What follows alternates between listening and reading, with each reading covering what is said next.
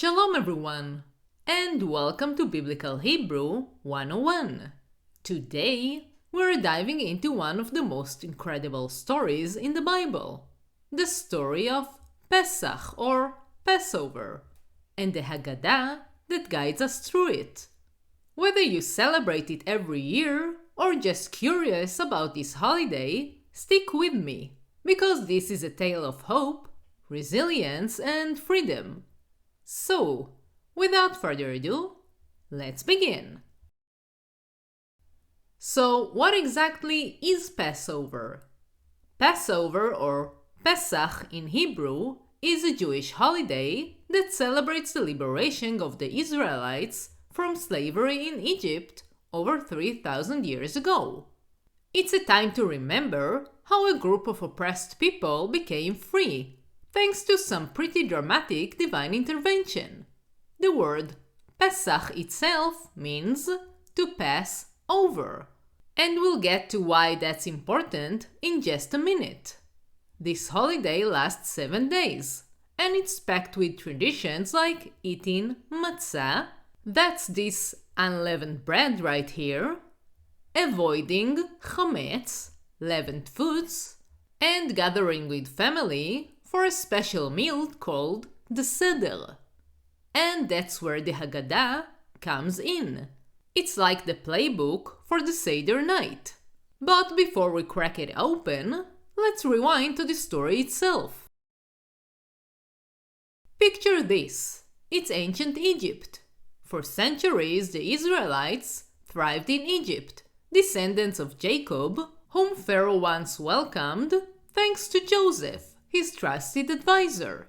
But as time passed, a new pharaoh rose, one who did not know Joseph, or rather, chose to ignore his legacy. This pharaoh saw the Israelites not as honored guests, but as a threat. Their numbers grew, and he feared they might rise against him. ויקום מלך חדש על מצרים, אשר לא ידע את יוסף. ויאמר אל עמו, הנה עם בני ישראל רב ועצום ממנו. ויקום, and arose,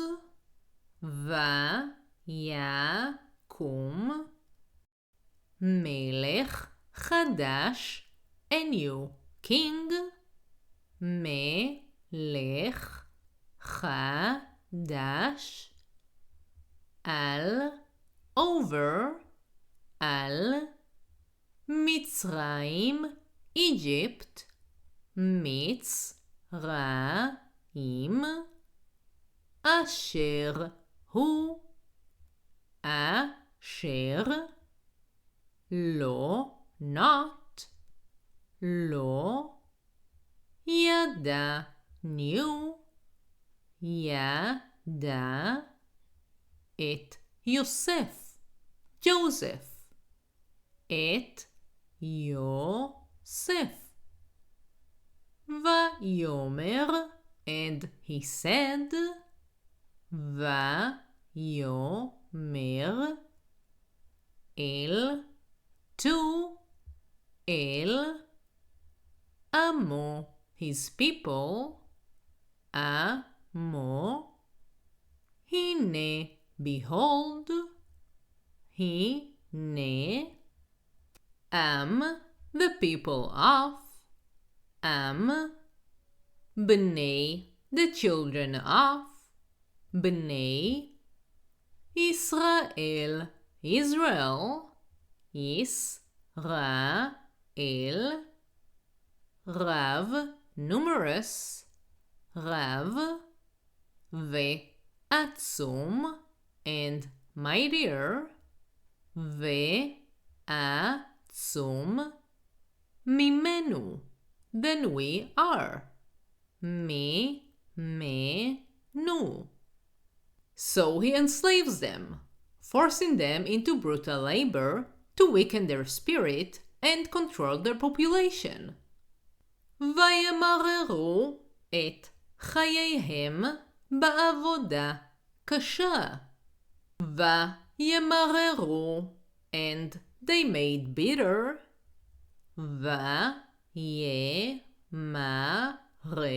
וימררו את חייהם, their lives, את חייהם בעבודה, with labor, בעבודה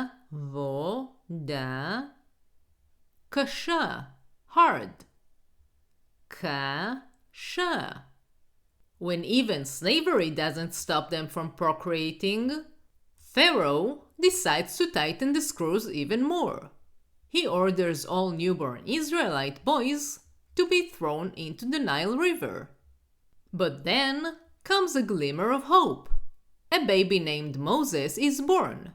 His mother hides him in a basket and sets him afloat on the Nile, where he is found by none other than Pharaoh's daughter. She adopts him and names him Moses, Moshe in Hebrew. Pharaoh's daughter explains his name. ותקרא שמו משה ותאמר כי מן המים משיתיהו. ותקרא, and she called, ותקרא שמו, his name, שמו משה, Moses, משה. ותאמר, and she said,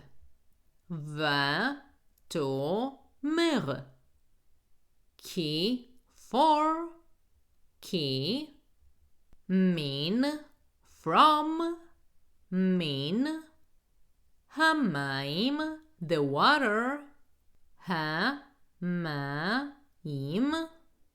משיתיהו, I drew him, משיתיהו.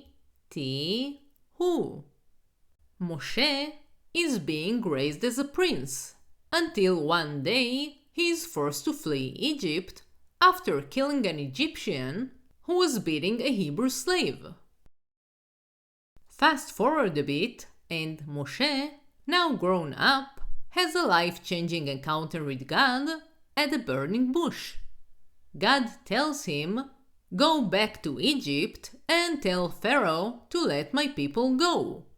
Moshe isn't thrilled about it, and is not exactly a public speaking pro.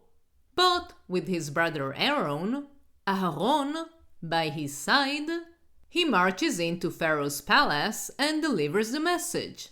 Spoiler alert, Pharaoh says no. According to the Torah, when Pharaoh refuses to free the Israelites from slavery, God unleashes 10 plagues upon Egypt as sign of his power and justice. Each plague was not only a punishment, but also a demonstration of God's supremacy over the Egyptian gods, and a lesson in faith for the Israelites.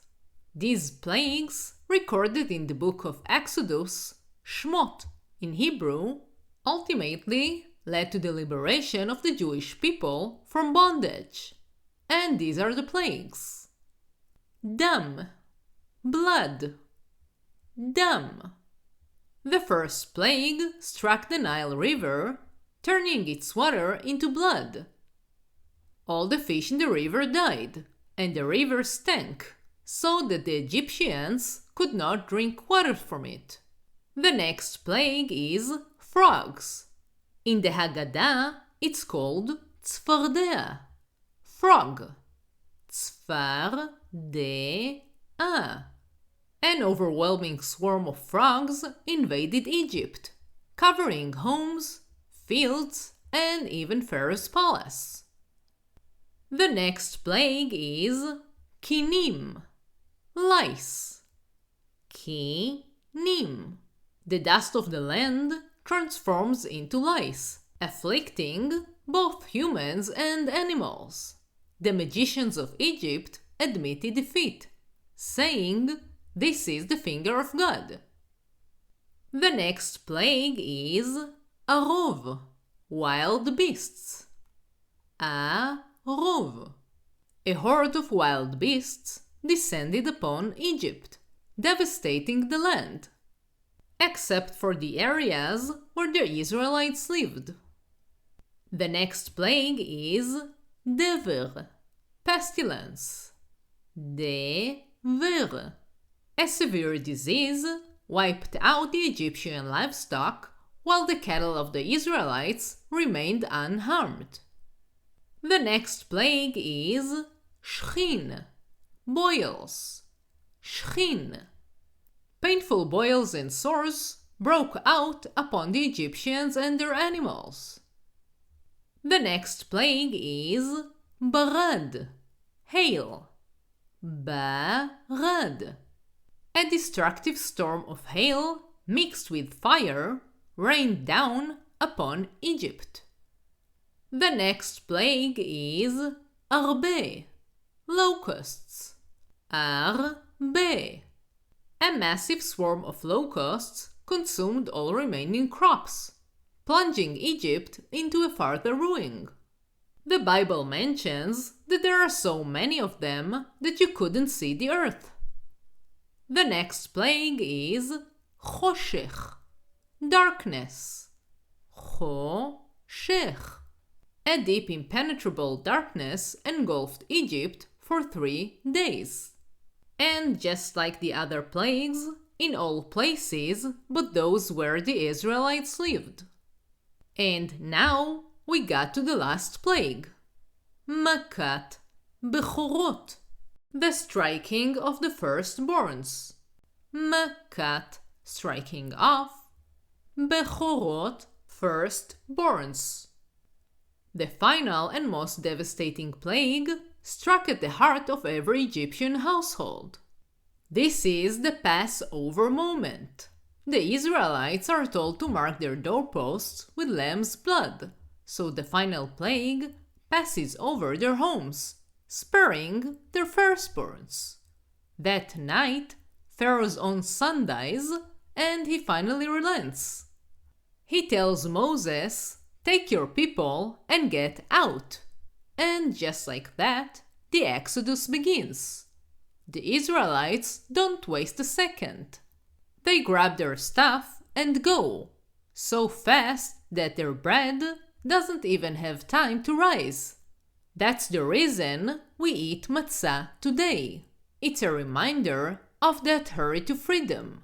But Pharaoh changes his mind and chases them with his army. The Israelites reach the Red Sea, trapped until Moses raises his staff, and the sea splits into 2. They walk through on dry land, and when the Egyptians follow, the water crashes back down, drowning them. Freedom at last. So how do we keep this epic story alive? This is where the Haggadah comes in. This isn't just a book, it's a script for the Seder, the ritual meal we have on the first night of Pesach. The word Haggadah means telling, and that's exactly what it's about. Telling the story of the Exodus so every generation feels like they're part of it. The Seder is very interactive. We eat symbolic foods, like bitter herbs, for the bitterness of slavery, and matzah, for the haste of the escape. We also sing songs and ask questions. There's even a part where kids get to interrogate the adults with the famous 4 questions. Ma nishtana halayla hazeh mikol haleilot? Why is this night different from all other nights? It's storytelling with a purpose, to remember, to reflect, and to celebrate. So that's the story of Pesach and the Haggadah, a journey from slavery to freedom, retold every year with food, family, and a little bit of drama. If you've ever been to a seder, let me know what's your favorite part in the comments. Wishing all of you Happy Passover! Chag Pesach Sameach! And I'll see you in the next video. If you want to learn more and to support the channel so I can continue creating content for you, join my Patreon page. You can find the link in the description below. And if you enjoyed this video, press like and subscribe so you will be the first to know when I release more videos.